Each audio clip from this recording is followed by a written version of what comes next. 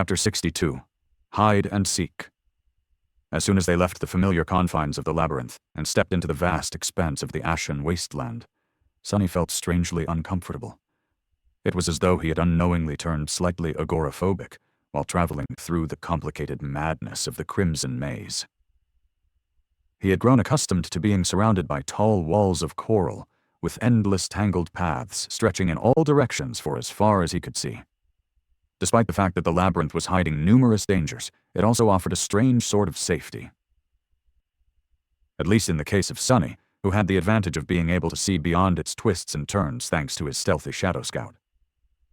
Now, with gray sand beneath and nothing to break the line of sight, he had lost that advantage. The idea of not being able to hide from the enemy made him feel naked. Keep cool. There's no one here. That thought, which was supposed to calm him down, had the opposite effect instead. Indeed, there were no nightmare creatures anywhere in the desolate wasteland. But why was that? What made them so eager to avoid this place? Nephis was walking in the front of the group, with Sonny right behind her. The Echo was in the rear, moving at a slow pace. He looked around, and, after a bit of hesitation, said in a low voice, "I don't like this." Nephis glanced at him with her usual indifferent expression. Turning away, she simply said, "Stay alert." They continued forward in silence, sand squeaking under their feet.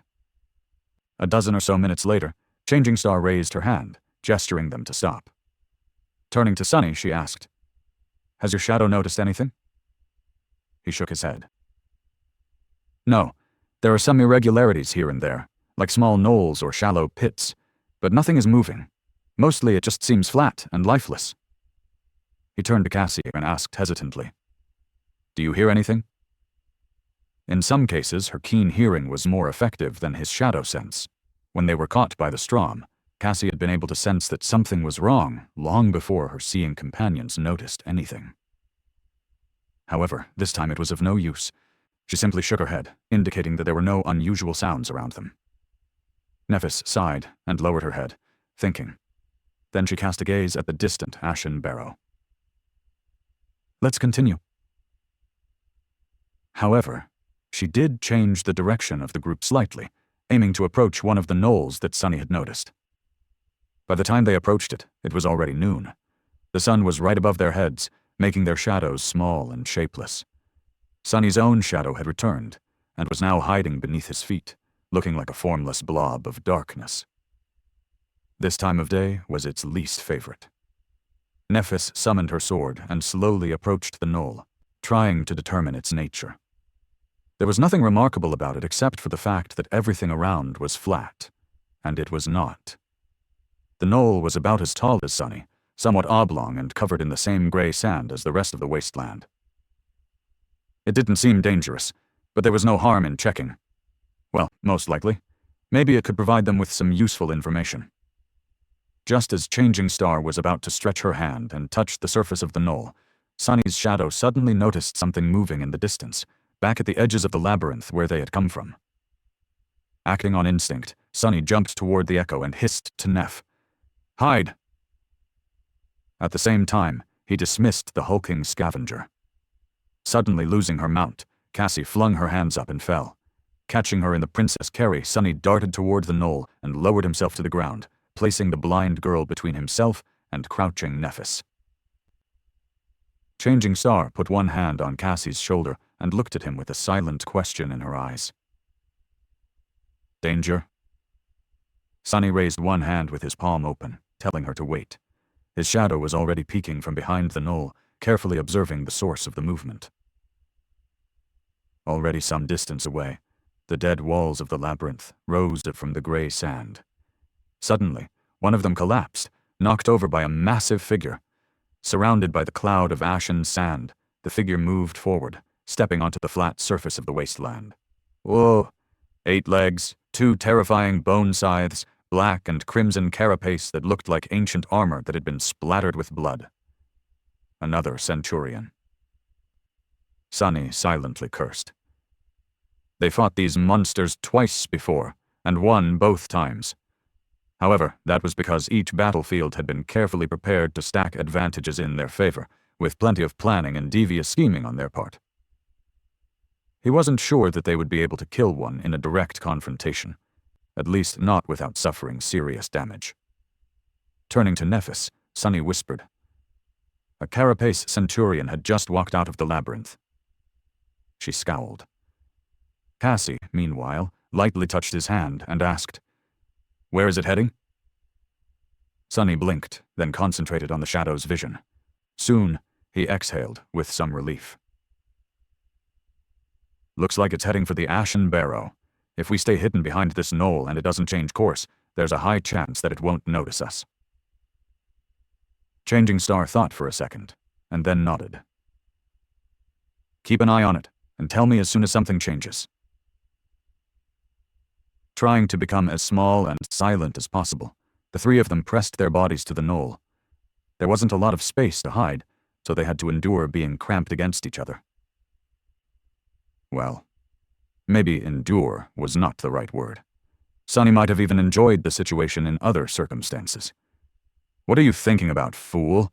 Concentrate on the dealy monster," he thought angrily, berating himself. But it was so hard to concentrate with Cassie's soft body pressed against his. "Deadly monster!" Finally able to get his mind out of the gutter, Sunny sighed and focused on observing the centurion. The hulking creature was moving through the wasteland, slowly drawing closer. Soon, he was able to see every crimson line and every spike on its weathered carapace. However, his eyes were glued to something else. Cautiously held between the centurion's scythes, a beautiful crystal was gleaming with hypnotic inner light. It was bright and strangely alluring. A transcendent soul shard.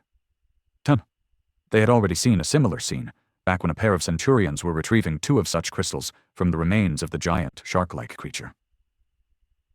So that was their destination. Sunny glanced at the magnificent tree standing atop the Ashen Barrow. With its onyx branches and vibrant scarlet leaves, it looked striking and majestic. Like something holy, hidden in the depths of hell. He shared his findings with the group, careful to keep his whisper as quiet as possible. The centurion was about to walk past their hiding spot. Despite the fact that there was some distance between its path and the knoll, Sunny was still nervous. This was the most dangerous moment. The monster came level with the knoll, then proceeded forward without blinking an eye. He exhaled. "It's walking toward the barrow." Nephis did not relax, still ready for things to go south at any moment. Follow it." Sunny nodded. A moment later, his shadow slid from behind the knoll, sneakily pursuing the nightmare creature. With how much the range of shadow control had improved, he was pretty sure of his ability to tail it to the footsteps of the Ashen Hill. The centurion crossed the wasteland with the transcended shard clasped tightly between its scythes. Its bearing was somewhat strange, seeming almost pious. It looked like a pilgrim walking toward a mysterious, sacred site. Soon, it approached the Ashen Barrow and suddenly stopped, as though afraid to cross some invisible line.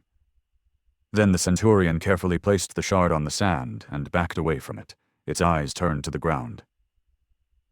After distancing itself from the gleaming crystal, the massive creature kneeled.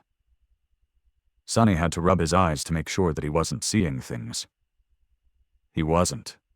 The carapace centurion bent its 8 legs and lowered itself to the ground, submissively placing its terrifying scythes in front of its bowing torso.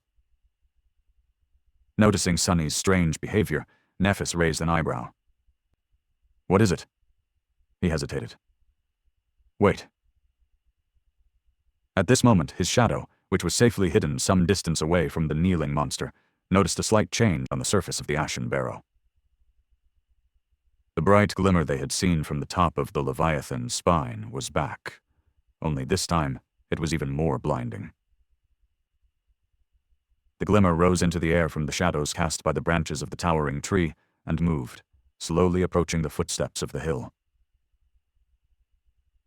When Sunny was finally able to discern the source of the shining, his eyes widened. Feeling a cold shiver running down his spine, he forgot to breathe.